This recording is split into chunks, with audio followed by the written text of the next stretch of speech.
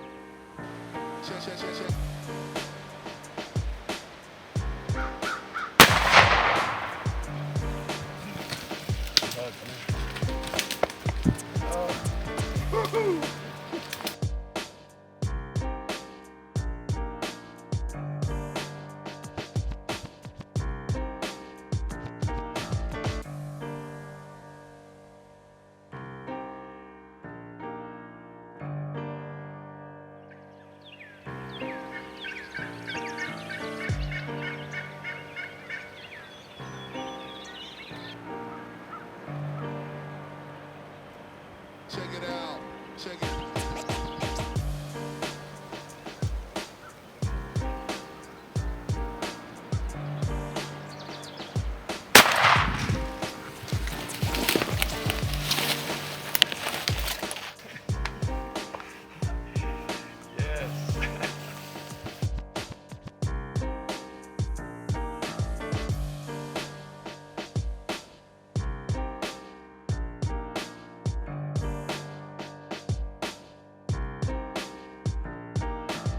Since that time, we've had some more conversations about, you asked if I'd be interested in helping you kind of dial in the plan, the habitat plan. Yep. And I was honored at the opportunity, and that brings us, here we are. We're in the first week or so of March, and we thought we would get together, put some boots on the ground today, and get out and look at all of your property's attributes and put our heads together and come up with a plan going forward to how you can really improve. I mean, you've got a great farm already, obviously in one of the best areas of the United States for growing big deer. And obviously you've got great turkey habitat here and all those things collectively, but what can we do to tweak it and dial it in? Yeah. What I'd like to do right now at this, you know how people say the 30,000 foot elevation view above, is look at your property, discuss the different attributes, the different habitat types, and then kind of ask you maybe what your wish list is, or what you see possibly are the weaknesses or areas that could use some improvement, and kind of like what your objectives are overall. So, I bought the farm about 5 years ago and really just wanted a place of my own. Knocked on a lot of doors over the years, just asking people to hunt. People were nice enough to let me hunt, but just really wanted something to keep in the family. And I've talked to all my kids, and they've committed they'll never sell it. So, kind of like Yellowstone, not a damn inch. So, awesome. So I just really want to manage it for the long term. You know, we've been planting a lot of trees. I know there's a lot of mature timber that I don't think I'm getting a lot of value out of now, so we'll probably open up some spaces, I would guess. I mean, you're the expert. We'd love to look at your timber today. As a matter of fact, that's one of the questions I'm going to ask you here in a few minutes, is to point out, if you let me step just for a moment, digress, but on the aerial you can certainly see areas that are more younger vegetation, early successional, scattered with a lot of cedars and things like that, but then you do have some stands of mature older timber on there, and love to get into some of those areas today. We brought our chainsaw equipment. An opportunity for us to walk around together and do some timber stand improvement work. and including selecting some species and seeing the trees that are in there, the composition of the species, their age classes, what we want to try to help you encourage, and maybe what we want to help you sort of discourage. We'll cover all those things in the field today, but I think that's probably one part of your property that I did not get anything but an outside view looking in. Right. We came down to this spot here and stopped intentionally. We are looking at a really distinct conversion of two habitat types. Mark's hillside here is mostly hardwood. There's a nice bottom here that's got a lot more thick briars and brambles and some thicker vegetation, but as it goes up the elevation, it's going to get more open. And right directly behind Casey is a mid-successional stand of mixed hardwoods, but probably 80 to 90% eastern red cedar. And I wanted to stop here and make a distinction and point this, first of all, the two convergence here. Edges are always everything in whitetails world. But to point out, Mark and I were having a conversation. I said, let's stop, because there's a lot that we're currently saying right now that's going to be relative to this whole conversation. We were at Cale's parents' farm in Nebraska, and big draws behind their house, 90% cedar.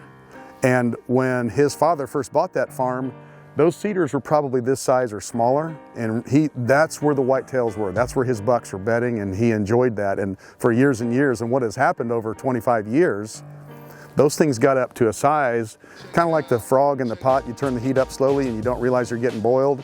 That's what happened to him over time with the cedars. Is he loved those cedars, but what he didn't realize over time is they became a negative. And they got too old and they lost their appeal, they lost their value, because sunlight was no longer getting down to the ground between them. This age right here, we just started to say a deer can still walk through there. You've got enough vegetation that's growing in between them because the sun is still getting down to the ground in there. It won't be another 10 years or so, and that's going to start happening the reverse. You're going to get closed canopy in there. All that vegetation on the ground is going to begin to die.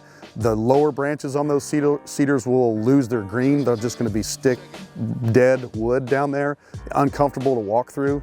So there is something to be said about managing that stand, and that means to go in there and begin to deadfall and kill, or with your machine go in there and grind and keep that spatial distancing between those. And the nice thing about that is you look on the ground, you always have got young cedars coming up in there, always. That just life cycle continues to perpetuate.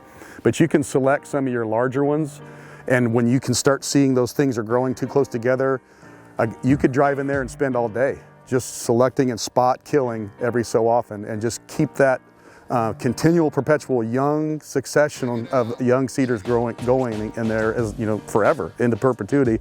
But recognizing when you lose your vegetation in there, the sunlight is cut off, that begins to be a desert in there. We're in a spot right here we thought was a great example of just below the cedar line. We've got a lot of young oaks in here regenerating and growing up, trying to reach the sun. And you look right here in the dead center of all this different age class of young oaks is a hickory. Now, hickory is a good hardwood tree, but as far as the scale of preferability between all these white oaks and the hickory, we'll take the white oaks every day over them. We got white oaks, shingle oaks, 1, 2, 3, 4, 5, 6, 7, 8, 9, 10, 11, 12, 13, 14, 15, 16, and then one big 6-inch diameter hickory right here. So, and you can see he has a huge advantage of height over these other trees. In the midsummer, this thing is going to be a shaded, 100% completely restricted sunlight off to these oaks. So we're going to open the sky up and allow those guys to get that sun. And this guy is going to lay over and provide some cover on the ground for a while. I'm going to cut it high to not cut off these couple different deer trails that are running right alongside of it. But ideally here, we're going to get this hole in the sky open to these oaks to let them to do their thing, and let this hickory continue to be cover on the ground, living cover on the ground. A lot of people these days, there's a bad rap going around about hinge cutting. Hinge cutting is a tool we use along with deadfalling and girdling. Hinge cutting can be a bad thing if you don't know what species you're cutting. If you just go into your timber and start cutting trees and bending them over, and it's dangerous if you don't know what you're doing too. Number one thing is to make sure you identify your trees and make sure you're not hinge cutting and destroying trees that are of great value to you.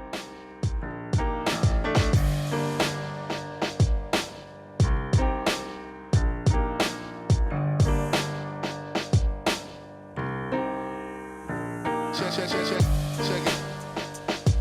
We're in a really cool little brushy bottom here, and there's a lot of oaks in here, but if in between all the oaks is some scattering of hedge apple and some locust and some hackberry primarily. And we're going in through here and just dead wooding or falling over or hinging where it's appropriate these competitive species to give these oaks a chance, plus putting some more cover on the ground.